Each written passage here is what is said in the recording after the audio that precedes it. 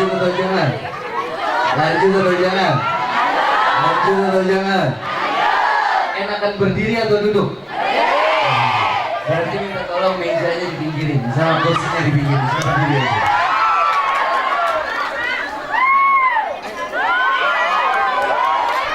Bismillahirrahmanirrahim. Assalamualaikum warahmatullahi wabarakatuh.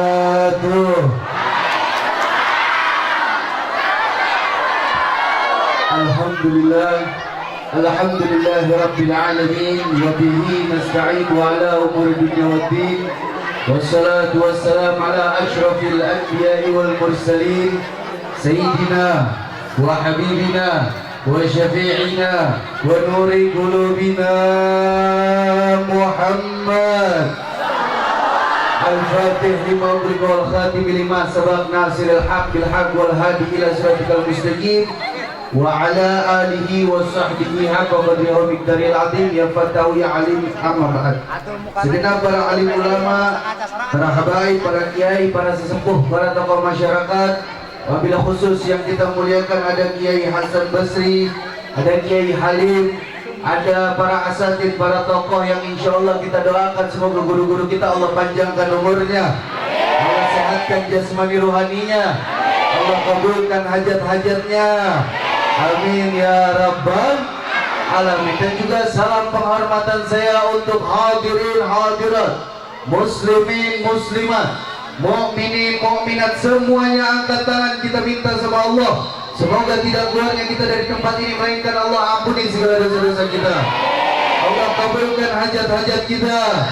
Yang sedang sakit Allah angkat penyakitnya, yang sedang usaha Allah lancarkan segala usahanya, yang belum memiliki keturunan Allah berikan keturunan yang soleh dan solehah, yang belum menikah Allah dekatkan jodohnya, yang sudah memiliki anak dijadikan anak-anaknya anak yang soleh dan solehah, yang keluarganya sudah meninggal semoga diberikan tempat terbaik di sisinya Allah, dan juga semoga kita semua mati dalam keadaan husnul khatimah, amin ya rabbal alamin. Alhamdulillah, kita bersyukur kepada Allah Subhanahu wa taala yang mana pada malam hari yang mulia ini kita berkumpul untuk memperingati acara Isra wal Mi'raj baginda agung Nabi besar Muhammad sallallahu alaihi wasallam. Tadi saya udah berapa kali acara di sini? Udah 2 kali kalau nggak salah ya. Ingat nggak ibu-ibu? Dulu saya gondrong. Ingat nggak? Ada yang ingat nggak? Wah, ibu perempuan emang gitu gampang banget melupakan. Dulu saya gondrong ketika saya berangkat ke Tarim, disuruh potong dan pulang alhamdulillah disuruh sama guru saya untuk pakai imamah. Jadi kita kalau sama guru sami'na wa ata'na aja. Dulu udah 2 kali kalau nggak salah, 2 kali atau sekali saya lupa. Dulu tapi saya gondrong, sekarang udah nggak gondrong lagi. Gantengan gondrong atau pendek? Lu kayak pernah lihat gue gondrong aja lu. Gantengan gondrong atau pendek? Gantengan begini. Saya kebetulan belum nikah. Pengen nggak saya jadi orang sini? Pengen. Nah, ibu-ibu yang punya anak perempuan boleh dijodohin sama saya. Kira-kira siapa yang mau sama saya? Gak ada yang angkat tangan, gak ada yang mau berarti. Ada yang mau nggak kira-kira? Yang mau yang angkat nenek-nenek malahan. Sayanya yang nggak mau. Jadi alhamdulillah kita berkumpul di tempat ini untuk memperingati acara Isra wal Mi'raj baginda agung Nabi besar Muhammad sallallahu alaihi wasallam, yang mana tragedi Isra wal Mi'raj ini adalah hiburan dari Allah untuk baginda agung Nabi besar Muhammad sallallahu alaihi wasallam. Nabi Muhammad bersedih kebetulan di tahun itu Nabi Muhammad ditinggalkan oleh 2 orang kekasihnya. Yang pertama adalah paman tercintanya adalah Sayyidina Abu Thalib, paman yang selalu membela Nabi Muhammad, paman yang selalu mati-matian berjuang untuk Nabi Muhammad. Beliau meninggal dunia. Lalu yang kedua adalah istri tercintanya Nabi Muhammad. Siapa istri tercintanya? Sayyidatuna Khadijatul Kubra radhiyallahu anha.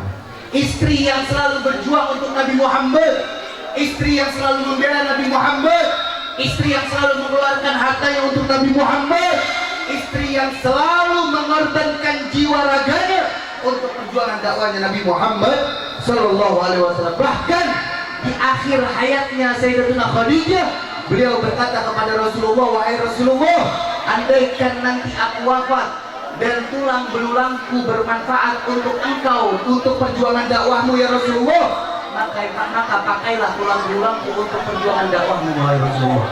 Segitu berkorbannya Sayyidatuna Khadijah, istri yang gak pernah memikirkan bagaimana cara berbahagia bersenang-senang kepada Nabi Muhammad, istri yang tidak memikirkan bagaimana cara bersenang-senang kepada Nabi Muhammad, karena Sayyidatuna Khadijah memikirkan bagaimana Rasulullah senang memiliki istri seperti saya. Beda sama perempuan sekarang. Perempuan sekarang nyari yang kaya, nyari yang hartanya banyak agar bisa bersenang-senang sama suaminya, tapi dia nggak peduli bagaimana suaminya bisa senang sama dia. Dia nggak peduli cara menjemput suaminya. Dia tidak peduli bagaimana beradab dan berakhlak kepada suaminya. Itu perempuan sekarang. Sayyidatuna Khadijah memikirkan bagaimana caranya saya sebagai istri bisa membahagiakan suami saya Rasulullah SAW. Oleh karena itu Allah menghibur Nabi Muhammad. Allah perjalankan baginda agung Nabi besar Muhammad dengan perjalanan yang kita kenal namanya Isra wal Mi'raj.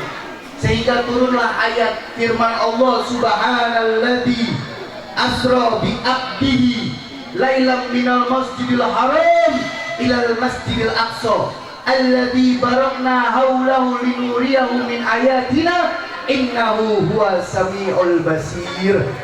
Allah memakai kalimat subhana litanzi, di dalam tafsir litanzi an kulli su'in laisa kamitslihi syai'un, bahwasanya maha suci Allah yang mampu untuk memperjalankan baginda agung Nabi besar Muhammad sallallahu alaihi wasallam.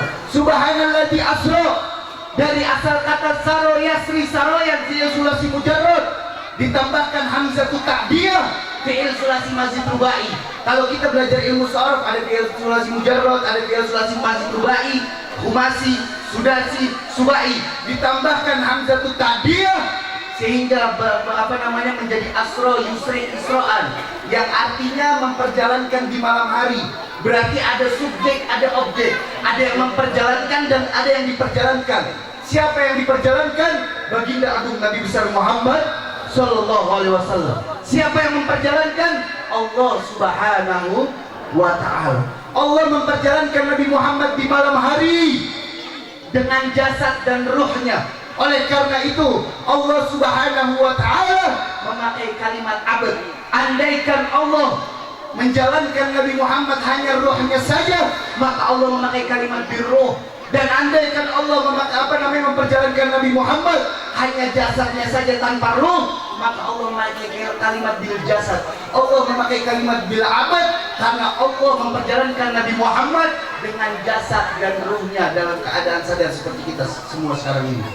Waqad ittafaqal ulama ala anna al-isra wal mi'raj kana birruh wal jasad ma'an yaqadatan la manaman. Bahwasanya Allah Subhanahu wa ta'ala memperjalankan Nabi Muhammad dalam keadaan sadar, jasad dan rohnya diperjalankan oleh Allah Subhanahu wa ta'ala. Allah memperjalankan Nabi Muhammad dari Masjidil Haram ke Masjidil Aqsa, perjalanan horizontal, dimensinya masih dimensi bumi. Karena perjalanan yang seharusnya ditempuh selama berbulan-bulan, Allah memperjalankan Nabi Muhammad hanya satu malam. Jadi tidak ada yang mustahil bagi Allah. Kalau Allah sudah bertindak, tidak ada yang mustahil bagi Allah. Allah itu munazzahun anil kaif, maha suci Allah dari pertanyaan bagaimana. Bisa saja Allah sekarang ini malam ini membalik malam ini menjadi siang. Bisa saja hari ini yang tadinya tidak hujan, Allah langsung turunkan hujan. Bisa saja satu banten ini Allah timpakan musibah.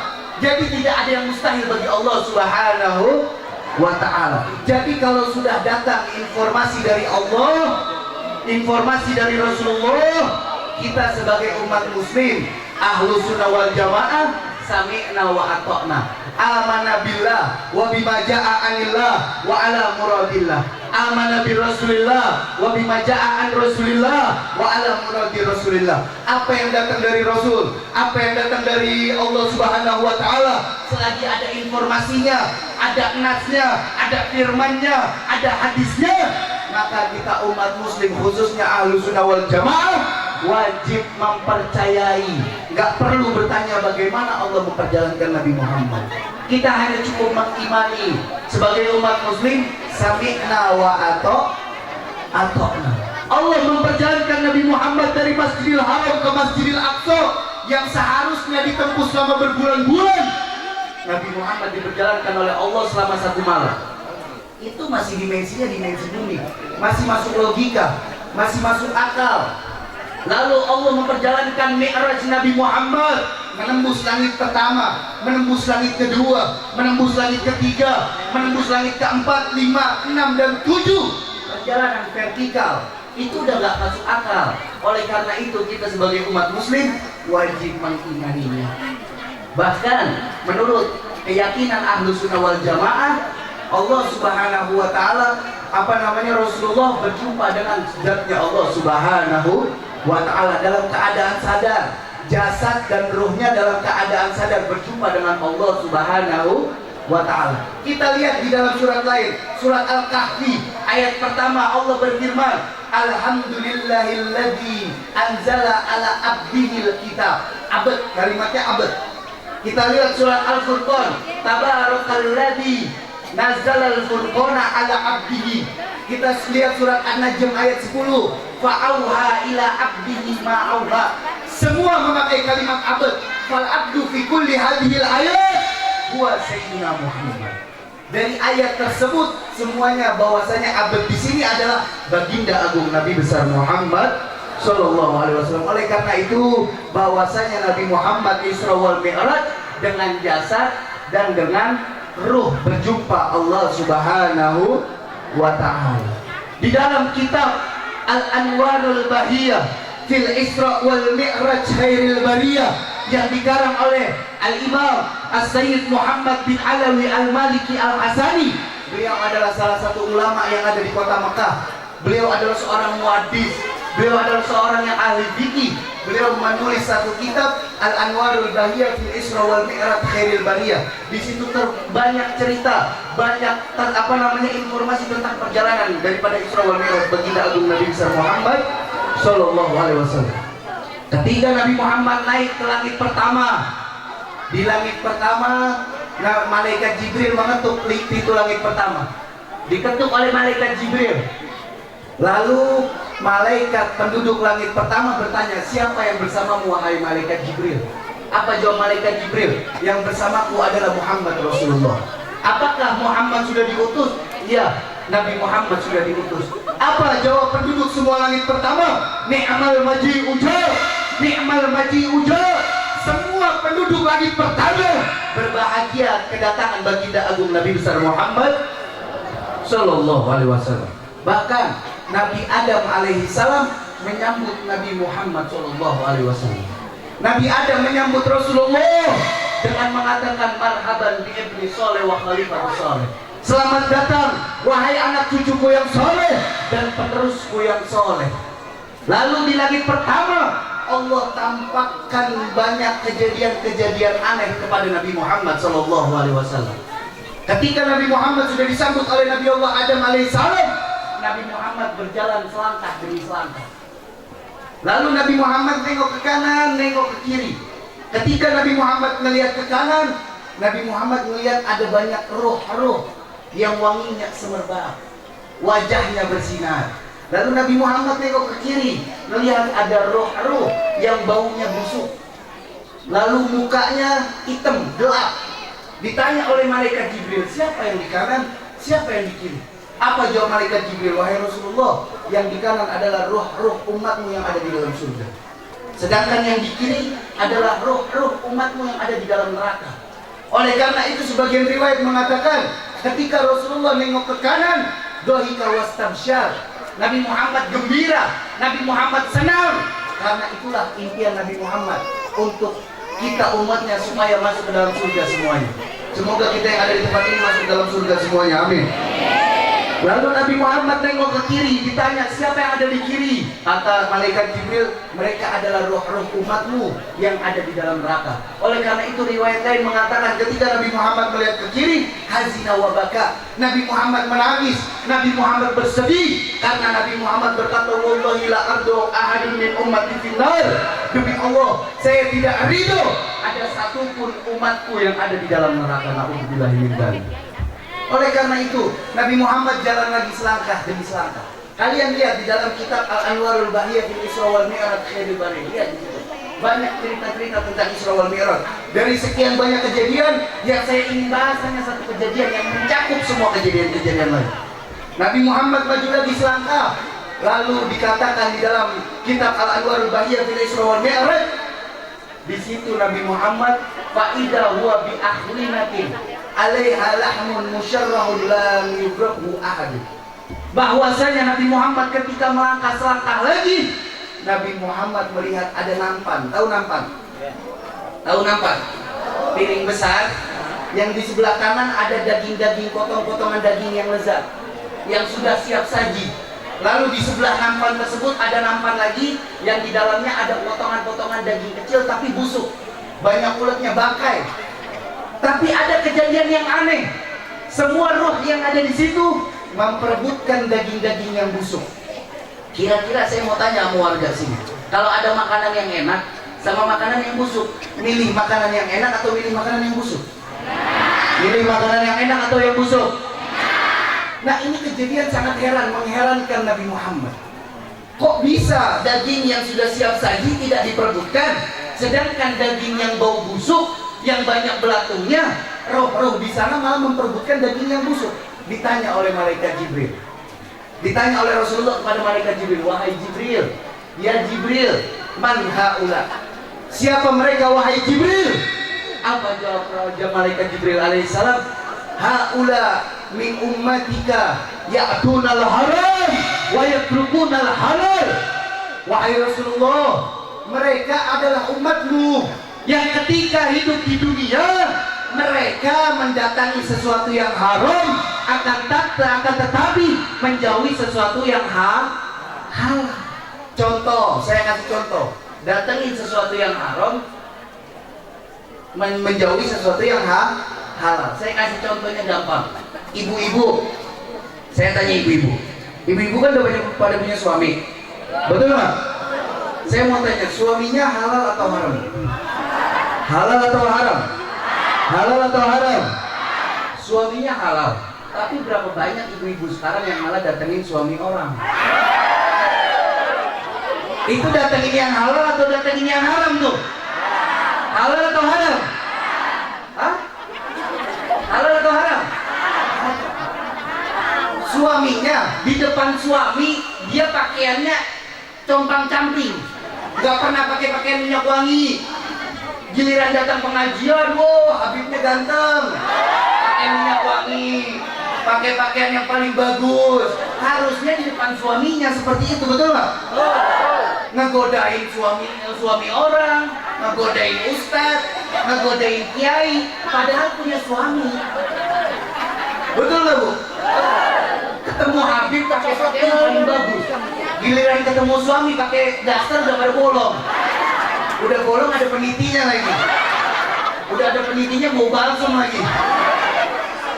Nah, itu ibu-ibu sekarang tuh. Itu tapi ibu-ibu yang di sebelah sana, kampung sana. Ibu-ibu kampung sini nggak ada. Nggak ada ya. Tapi dari kampung sana pindah ke kampung sini. Nah, saya mau tanya lagi bapak-bapak. Bapak-bapak ini dikit banget. Bapak-bapak yang di dalam. Bapak-bapak kira-kira suami istrinya halal atau haram? Halal atau haram? Halal atau haram? Halal. Tapi berapa banyak bapak-bapak sekarang, mohon maaf, malah open BO. Betul nggak? Punya istri, buka handphone nonton yang kagak-kagak. Nonton TikTok ngeliat cewek yang joget-joget. Halal atau haram yang kayak gitu? Halal atau haram? Halal atau haram? Haram. Nah, orang yang semacam itu nanti di yaumil kiamah akan makan bangkai. Saya mau tanya lagi, nikah halal atau haram? Halal atau haram? Halal atau haram? Tapi berapa banyak anak muda zaman sekarang malah cari yang haram, yaitu pacaran. Pacaran halal atau haram? Halal atau haram? Kita doain yang pacaran semuanya pada putus. Kita doain semoga pulang dari sini yang pacaran pada putus semua. Yang putus langsung dinikahin. Hah? Sama Habib aja? Oh, enggak. Kita doain yang pacaran semuanya pada putus. Saya tanya lagi, kerja nih, kita kerja dapat gaji, halal atau haram? Halal atau haram? Halal atau haram? Halal. Tapi berapa banyak anak muda zaman sekarang yang malas, tapi mau dapat duit, tiduran aja, maunya dapat duit, akhirnya main judi on. Banyak deh yang main judi online. Saya mau tanya, jawab yang kompak, judi online halal atau haram? Halal atau haram? Kita doain yang masih main judi online pulang dari sini mati cepet-cepet. Kita doain, soalnya nyusahin anak muda kayak gitu. Biar punah deh anak muda yang kayak gitu, mati cepet-cepet. Pinjam online, halal atau haram? Kan riba itu, halal atau haram? Haram. Kita doain yang masih pinjam uang riba, kita doain cepet mati juga. Sama bank-bank kelilingnya mati tabrakan lo. Biar nggak nyusahin, bener nggak? Biar nggak nyusahin orang mah jadi anak laki, jangan maunya rebahan aja, keluar. Tahu nih di desa, oh di desa kerjaan nggak ada, keluar ke Jakarta cari kerja. Keluar merantau cari kerja, jangan maunya di depan handphone aja melihat game dapat duit, akhirnya main judi online. Kira-kira kayak gitu nyusahin atau kagak? Udah main judi online, pinjaman online, yang susah nanti orang tuanya gantinya. Betul nggak? Kita doain yang begitu-begitu cepat mati dah. Nyusahin. Nah, ibu-ibu yang ketawa ini banyak banget pinjaman online yang ketawa nih. Jadi umatnya Nabi Muhammad, Allah menampakkan kejadian-kejadian aneh di langit pertama. Banyak roh-roh yang memakan bangkai. Sebabnya apa? Ya'tunal haram wa yatrukунal halal. Mereka mendatangi sesuatu yang haram, akan tetapi menjauhi sesuatu yang halal. Saya mau tanya lagi, ini banyak kejadian di mohon maaf nih. Kiai, Ustaz, Habib, punya pondok pesantren, punya majlis taklim, buka yayasan yatim dan duafa, janda dan lain sebagainya, minta sumbangan ke orang-orang. Ini duitnya kagak dialokasikan untuk pesantren, nggak disalurkan untuk majlis taklim, tidak disalurkan kepada anak yatim duafa, malah dimakan duitnya. Banyak yang kayak gitu. Ketua DKM, mohon maaf, ketua DKM masjid ada sumbangan untuk masjid. Iya, dimasukin setengah lagi masuk kantong dia. Duit yang kayak gitu haram atau halal? Haram atau halal? Nah, kalau ada kiai, habib, ustadz, ketua DKM yang kayak gitu, kita doain lagi cepat mati. Kita doain lagi cepat mati. Amin ya rabbal alamin. Oleh karena itu, pesan saya untuk antum semua yang ada di warga kampung apa ini namanya? Janda. Kampung janda. Ijai. Oh, tadi saya dengar kampung janda. Kampung janda berarti. Janda lebih menggoda berarti ya. Saya tinggal di Depok, Bu. Di Depok itu dulu ikonnya kubah emas. Tahu masjid kubah emas? Nah, kalau sekarang kubah emasnya udah hilang. Kalau saya bilang, oh Habib tinggal di Depok, berarti dekat janda dong. Siapa? Ayu Ting Ting. Ayu Ting Ting jelek-jelekin nama Depok nih akhirnya nih. Jadi ini kampung apa tadi namanya? Enjay. Oh, saya masih ke sini kampung-kampung, nggak tahu di sini banyak perempuan, masya Allah banyak bidadari surga semuanya. Kita doain semua perempuan yang jadi penghuni surga semua. Amin ya rabbal alamin. Jadi dari kejadian Isra wal Mi'raj ini, Allah mengundang Nabi Muhammad untuk mendapatkan satu amanat untuk umatnya Nabi Muhammad, yaitu amanat yang namanya sholat. Sholat ini bukan hal yang main-main. Sholat ini bukan perintah yang main-main. Allah memerintahkan zakat cukup dengan Al-Quran. Allah memerintahkan haji cukup dengan Al-Quran. Allah memerintahkan puasa cukup dengan Al-Quran. Tapi Allah memerintahkan umat Nabi Muhammad untuk melaksanakan sholat Allah undang langsung Nabi Muhammad berjumpa dengan zatnya Allah Subhanahu wa ta'ala. Berarti ini perintah bukan perintah yang main-main. Contoh, saya mau merintah seseorang, oh fulan, tolong beliin saya ikan di pasar. Cukup dengan handphone. Oh fulan, tolong beliin saya sesuatu di pasar. Cukup dengan handphone. Tapi kalau sesuatu itu penting, maka saya panggil dia, tolong ke rumah, saya pengen ngobrol empat mata, saya pengen bicara penting. Berarti sesuatu itu bukan sesuatu yang main-main, betul nggak? Betul nggak? Itulah gambaran Nabi Muhammad. Allah undang langsung berjumpa dengan zatnya Allah untuk mengemban yang namanya amanat untuk umatnya Nabi Muhammad, yang namanya perintah sholat. Oleh karena itu Allah Subhanahu wa ta'ala berfirman di dalam surat Al-Maidah ayat 30, ya ayyuhalladzina amanu ittaqullaha wabtagu ilaihil wasilah wajahidu fi sabilihi la'allakum tuflihun. Wahai orang-orang yang beriman, bertakwalah kepada Allah dan carilah jalan kepada Allah melalui wasilah yang paling tepat untuk kita umat Nabi Muhammad untuk mendekatkan diri kepada Allah adalah yang namanya sholat.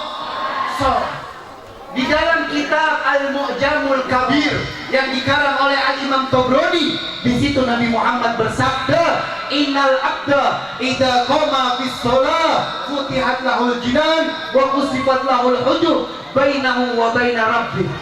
Seseorang yang berdiri untuk melaksanakan sholat, maka dibuka pintu-pintu surga, lalu dibukalah penutup penghalang antara hamba tersebut kepada Allah Subhanahu wa ta'ala. Inna sholata fiha silatul abad bi rabbih. Sesungguhnya sholat adalah ikatan, sholat adalah penyambung, sholat adalah koneksi bagi seorang hamba kepada Tuhannya Allah Subhanahu wa ta'ala. Jadi kesimpulannya, seseorang yang dengan sengaja meninggalkan sholat, seseorang yang dengan sengaja menunda waktu-waktu sholat, maka orang tersebut, walaupun dia umat muslim, walaupun dia kiai, walaupun dia habib, walaupun dia ustadz, walaupun dia pakai imamah segede ban Vespa, kalau dia dengan sengaja meninggalkan sholat, maka dia dengan sengaja memutus hubungan dia kepada Allah Subhanahu wa ta'ala. Betul nggak?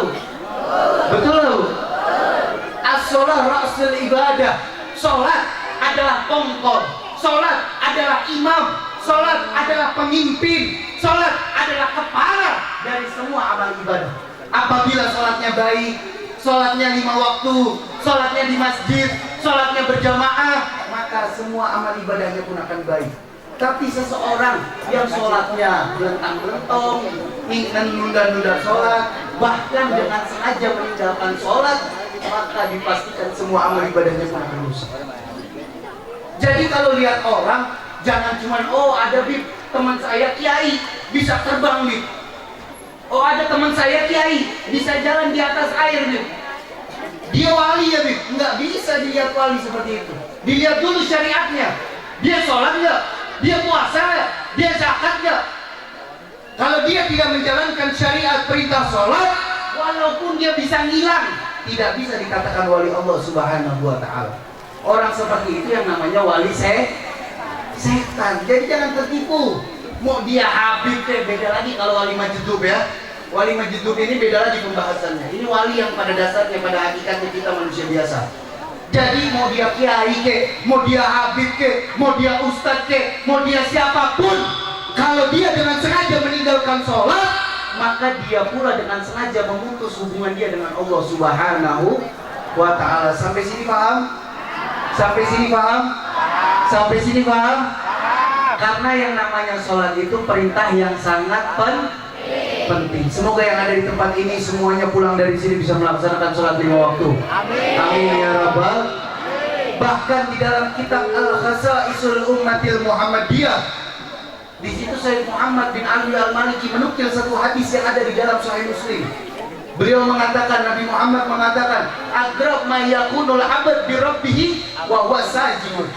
Paling dekatnya seorang hamba kepada Tuhannya ketika dia sedang bersujud. Oleh karena itu, ketika kita sedang melaksanakan sholat, di dalam sujud kita dianjurkan untuk memperlama ketika waktu sujud. Fa'aksiru doa, ketika kalian sedang bersujud banyaklah meminta doa kepada Allah Subhanahu wa ta'ala. Karena di dalam sujud seseorang paling dekat, seorang hamba yang paling dekat dengan Allah Subhanahu wa ta'ala ketika mereka sedang sujud. Wasjud waqtarib, orang yang bersujud akan dekat kepada Allah Subhanahu wa ta'ala. Sampai sini paham? Sampai sini paham? Oleh karena itu diadakan peringatan acara Isra wal Mi'raj, bukan hanya diceritakan perjalanan Isra Mi'raj. Inti dari perjalanan Isra wal Mi'raj adalah amanat bagi Nabi Muhammad untuk umatnya melaksanakan yang namanya perintah sholat. Oleh karena itu jangan pernah tinggalkan yang namanya perintah sholat. Obib saya pemabuk, obib saya pendosa, obib saya pemaksiat, obib saya tatoan, obib saya dengan berbagai macam dosa. Yang namanya sholat aja. Oh nanti nggak diterima, soal diterima nggak diterima urusan Allah. Manusia tidak punya hak untuk menjudge. Mau dia bejat, mau dia penzina, mau dia pembunuh, mau dia pemabuk, mau dia pendosa, siapapun kalian, selama kalian mengaku bahwasanya kalian umat Islam, maka jalani yang namanya perintah sholat. Obib saya pernah dengar kalau kita lagi mabuk 40 hari sholat kita nggak diterima. Kalau udah sadar sholat aja. Mau diterima atau enggak urusan Allah. Udah lu pemabuk, udah lu penzina, udah lu pendosa, udah lu pembunuh, tapi masih nggak mau sholat. Lu masuk ke dalam neraka lu. Udah tahu pemaksiat, pemabuk, penjudi, pendosa dan lain sebagainya, maka dekatkan diri kepada Allah Subhanahu. Allah pengampun, Allah maha kasih sayang, Allah maha pengampun segala apapun dosa. Selagi kita mati dalam keadaan kita ini Islam, insya Allah semua dosa kita akan dihapus. Allah tidak memaafkan bagi orang yang matinya musyrik, yang matinya di luar agama Islam. Selama orang tersebut mati dalam keadaan Islam, insya Allah akan mengampuni segala dosa-dosanya. Oleh karena itu jangan pernah tinggalkan yang namanya perintah sholat. Semoga kita yang ada di tempat ini sering melaksanakan sholat 5 waktu, semakin rajin melaksanakan sholat 5 waktu, tidak meninggalkan sholat 5 waktu, sering sholat di masjid, sering sholat berjamaah, patuh kepada orang tua, mau taat kepada orang tua, mau mendengarkan nasihat orang tua, taat perintahnya Allah, taat perintahnya Rasulullah. Amin ya rabbal alamin. Didik anak-anak kita nih, di sini banyak ibu-ibu nih. Bu, mohon maaf Bu. Ibu ini alumni Madrasatul. Ibu sekolah pertama bagi anak-anak. Kalau ibunya suka buka aurat, ibunya dengan sengaja meninggalkan sholat, maka anak-anaknya nanti akan ninggalin sholat. Saya Bu di Kota Tarim. Di Kota Tarim nih Bu, saya kurang lebih 3 tahun di Kota Tarim. Kota Tarim itu tempatnya Habib Umar bin Hafid, tahu tempat Habib Umar bin Hafid? Di Tarim itu Bu, selama saya 3 tahun di sana, itu nggak pernah ngeliat perempuan. Perempuan nggak kelihatan, semuanya pada pakai apa namanya? Cadar. Karena memang adat orang sana, semuanya pakai cadar. Perempuan Indonesia yang datang ke sana, penziarah dan lain sebagainya, semua pakai cadar. Ibu-ibu di sana, anak-anak kecil di sana nih, anak-anak kecil segini nih Bu, 3 hari sekali hatam Al-Quran Bu. Hatam Al-Quran. Subuh 2 rakaat, zuhur 2 rakaat, asar 3 rakaat, maghrib 2 rakaat, subuh 2 juz, zuhur 2 juz, asar 2 juz, apalagi asar 2 juz, maghrib 2 juz, isya 2 juz. Semuanya berarti berapa juz? 10. Betul nggak? Sehari itu kan 5 waktu. Setiap sholat anak-anak kecil segini baca 2 juz. Berarti sehari full itu berapa juz? 10. Nah besok hari kedua begitu juga, hari ketiga begitu juga. Jadi anak-anak kecil di sana selama 3 hari sekali hatam Al-Quran Bu. Makanya nggak heran anak-anak di sana umur segini Bu, itu udah gampang banget hafal Quran. Karena baca Quran udah kayak baca komik, baca Quran udah kayak baca handphone anak sekarang. Kalau di Indonesia mereka mau makan megang handphone, mau tidur megang handphone, kamar mandi megang handphone, mau makan megang handphone. Gimana kagak gablek tuh anak? Gimana nggak bego tuh anak? Karena orang tuanya sendiri, anak-anaknya nangis dikasih YouTube, dikasih nonton Tayo, dikasih nonton Upin Ipin, dikasih aduh aneh-aneh aja orang sekarang. Orang tua, betul nggak bu? Nggak protes nih ibu-ibu nih. Orang tua, kembali lagi ke orang tua. Jadi kalau orang tua punya anak ngotot, punya anak ngebentak, punya anak bego, punya anak bebel, bukan anaknya yang salah, bapak ibunya salah.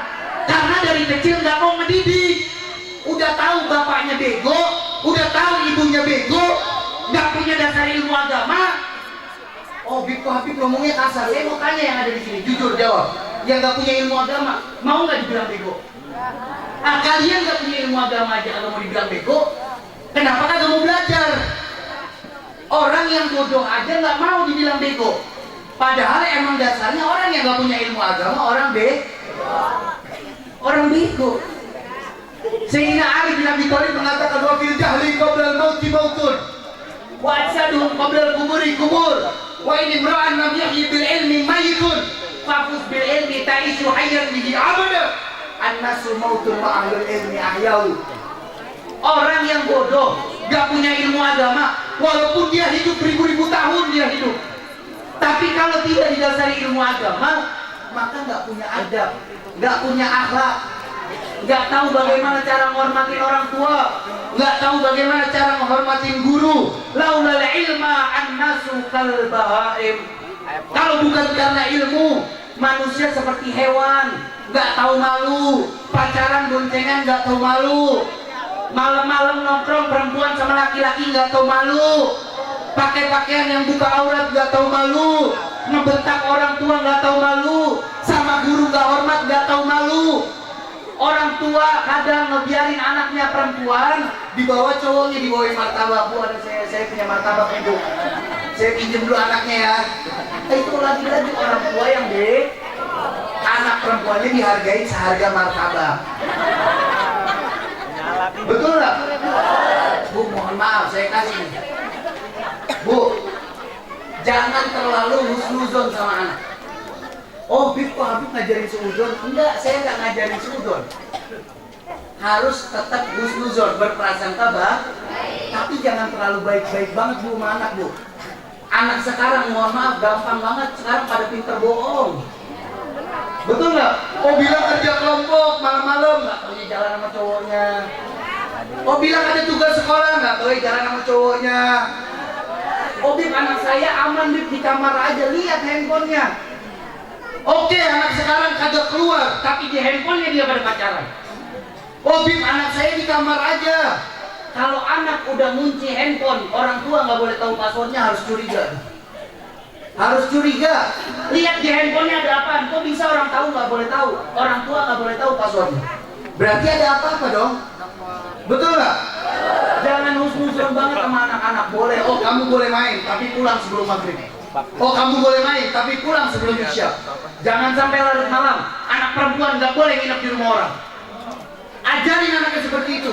Jangan terlalu husnuzon. Ibu-ibu, bapak-bapak terlalu baik sangka sama anak, dibego-begoin sama anak. Oh, kok Habib tahu ya? Karena sih ikut tukang bohong dulu. Bener nggak? Ya, Habib juga manusia, bukan nabi bos. Betul nggak? Habib iya keturunan nabi, tapi bukan nabi. Habib manusia biasa. Saya punya salah, saya punya dosa, saya suka maksiat. Tapi kan sebaik-baiknya orang yang bermaksiat adalah orang yang mau bertaubat. Oleh karena itu pesan saya untuk ibu-ibu, ini kebanyakan ibu-ibu di sini. Pesan saya buat ibu-ibu, ajarin anak-anaknya baca Quran, ajarin anak-anaknya sholat. Kalau tahu ibu bapak nggak punya ilmu agama, sekarang banyak di pesantren, ada pesantren Kiai Halim, saya sering main ke situ. Ada pesantren di Lebak Banten, Kiai Kurtubi, adik saya juga ada di situ. Ada pesantren Kiai Fulan, ada pesantren Habib Fulan, ada pesantren Ustadz Fulan. Kita lihat dulu thoriqohnya mereka. Oh, ini Habib benar, oh ini Kiai benar, oh ini Ustadz benar. Jangan asal masukin aja pesantren. Lihat dulu manhajnya, lihat dulu sistem pembelajarannya. Jangan main asal masukin. Karena banyak juga sekarang aliran-aliran sesat. Hati-hati, masukin ke tempat pondok pesantren yang kiainya lurus koma di jalan Allah. Masukin pesantren ke tempat habib yang lurus di jalan Allah. Mohon maaf, habib sekarang juga banyak yang melenceng, Bu. Betul nggak? Betul nggak? Habib, oke, kita muliakan Habib sebagai Habib keturunan Nabi. Tapi nggak bisa semua Habib kita ikuti. Kalau Habib itu nggak belajar, jangan diikutin. Habib juga manusia, kalau nggak belajar ya bego-bego. Kalau kata Sayyidina Ali bin Abi Thalib, kun ibna mansyida. Kata Sayyidina Ali bin Abi Thalib, yublika mahmuduhu anin nazab. Terserah, lu mau anak siapa, mau anak kiai kek, mau anak habib kek, mau anak ustadz kek, itu semua terlepas dari itu semua. Laisal fata man qala kana abi, inal fata man qala ha anaja. Seorang pemuda bukan orang yang berkata, oh bapak saya fulan, oh bapak saya habib fulan, oh bapak saya ulama fulan. Bukan yang seperti itu. Seorang pemuda adalah seseorang yang bisa berdiri di atas kakinya sendiri. Seorang pemuda yang mengedepankan akhlak dan adab untuk menjunjung tinggi ilmu agamanya Nabi Muhammad Sallallahu Alaihi Wasallam. Sampai sini paham? Lanjut atau jangan? Lanjut atau jangan? Ibu-ibu ada yang masih kipas-kipas ya. Lanjut atau jangan, Bu? Lanjut atau jangan? Siap sampai jam 10 lewat udah. Kurang lebih udah sejam nih. Ada satu lagi penceramah udah datang belum? Lanjut nih. Lanjut aja, gue capek ngomong dulu di sini. Emang lu kira dakwah gitu ada strategi marketingnya, Bu? Betul nggak? Kalau kelamaan bosen nanti orangnya aja udah kelihatan mulai bosen. Nggak bosen? Gue yang bosen. Punya strategi marketing, jangan lama-lama, sedikit tapi bermanfaat. Jadi besok orang makin penasaran, oh besok undang lagi lah Habib lah. Betul nggak? Kalau semuanya dikeluarin sekarang, besok ada diundang lagi. Jadi pesan saya untuk bapak-bapak, ibu-ibu, pemuda-pemudi umat baginda agung Nabi besar Muhammad, jangan pernah tinggalkan yang namanya sholat.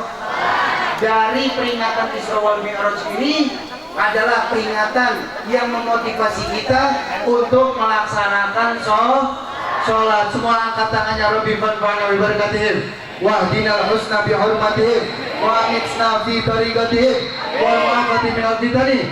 Allahumma ja'al jam'ana hadza jam'an marhuman wa tafarraqan min ba'di tafarraqan ma'suman wa sallallahu ala sayyidina Muhammad walhamdulillahi rabbil alamin. Sebelum saya tutup, saya mau ajak semuanya sholawatan. Mau nggak sholawatan? Mau nggak sholawatan? Yang nggak keluarin suaranya kita doain sendalnya hilang nanti. Kita doain sendalnya hilang. Kalau kagak keluarin suaranya nih ibu-ibu yang bawa anak kecil hilang, anak kecil. Hati-hati aja, Bu. Nih ibu-ibu yang di warung nih, yang punya warung nih. Bikin air, tasnya. Sholawatan apa enggak? Baca sholawat nariyah, tahu sholawat nariyah? Tahu sholawat nariyah? Yuk semua keluarin suaranya. Allahumma kamil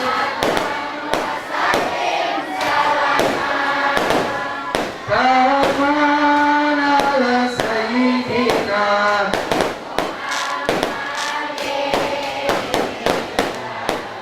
lebih keras tanah lebih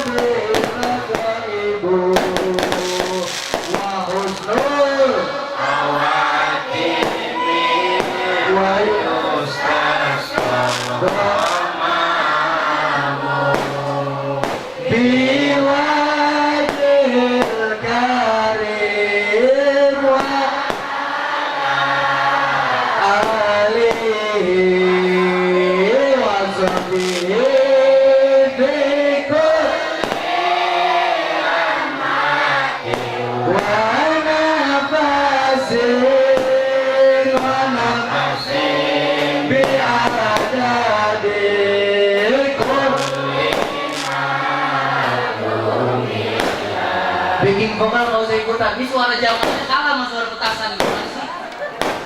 Semoga yang baca sholawat Nabi yang berkah sholawat ini semua segala hajatnya kabul. Penyakitnya Allah angkat, dosa-dosanya Allah ampuni. Semua keluarin suaranya yang kedua lebih keras lagi. Allahumma lebih keras. Wassalam. Allah Allah ta'ala ala